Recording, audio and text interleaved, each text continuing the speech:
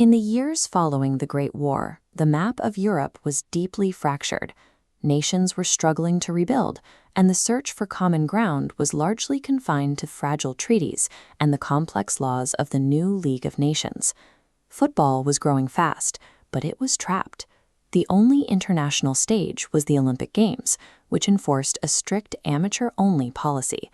As professional leagues emerged in Europe and South America, the world's most skilled players were effectively banned from competing for their countries.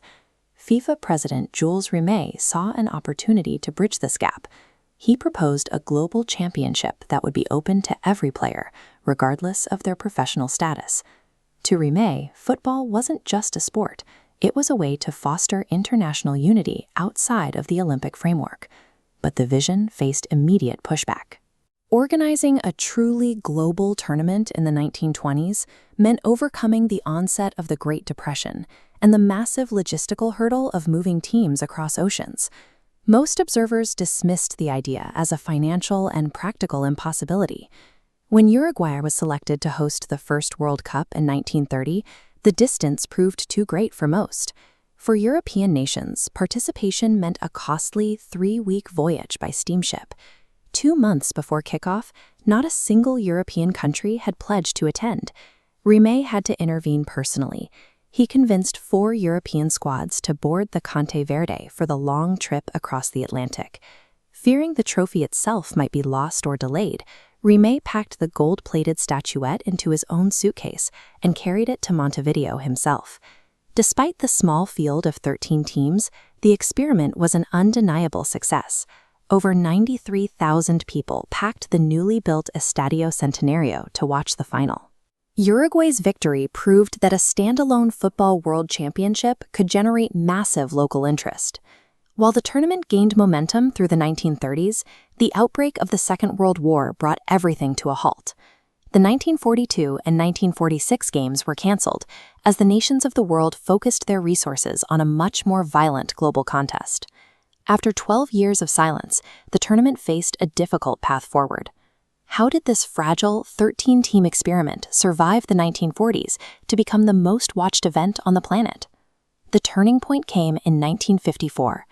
The World Cup in Switzerland was the first to be televised, bringing the miracle of Bern directly into homes across Europe. For the first time, fans could see the speed of the game as it happened.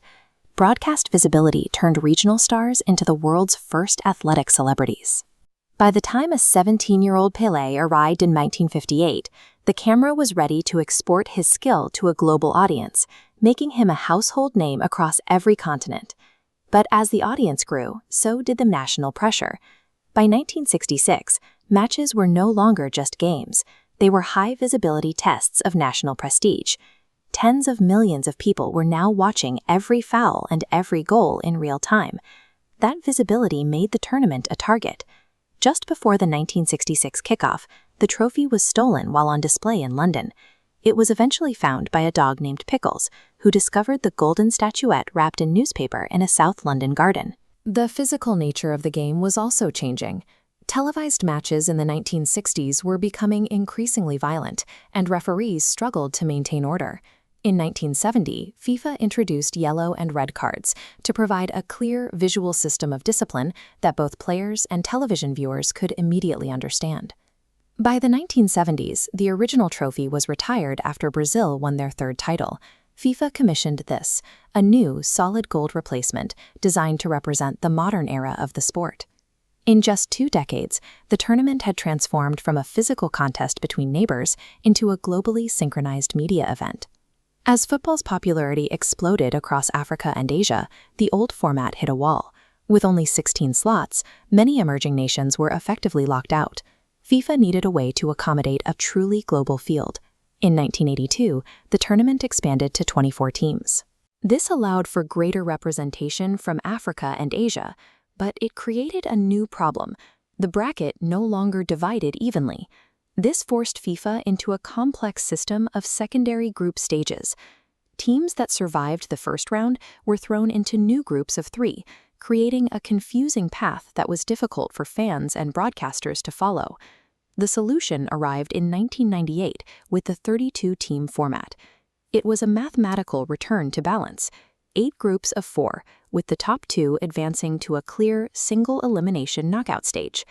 To ensure these high-pressure matches were decided on the field, the penalty shootout became the standard tiebreaker.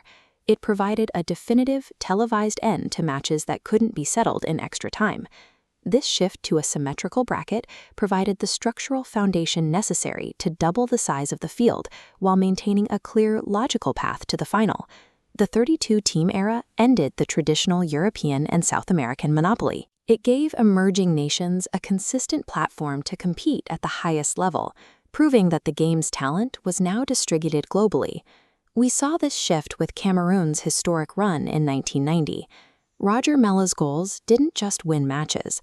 They demonstrated that African teams could compete with and defeat the established world powers. That trend continued in 2022 when Morocco reached the semifinals. Their success proved that the gap between traditional hierarchies and the rest of the world was closing faster than ever. Now, the tournament is preparing for its largest structural change yet. In 2026, the field will expand again to 48 teams. It raises an important question for the future of the sport. Does moving to 48 teams risk diluting the competition, or is it the final step in achieving Rimet's goal of true global representation? The modern World Cup is a massive departure from Jules Rimet's 1930 gamble. He began with a gold statuette tucked into a suitcase. Today, the tournament is the center of a global industry. The event is now defined by massive commercial interests, logistical complexity, and constant international scrutiny. Yet, despite the scale, the tournament fulfills Rimet's original vision. It creates a moment where nations with deeply different histories agree to compete on the same field under the same set of rules.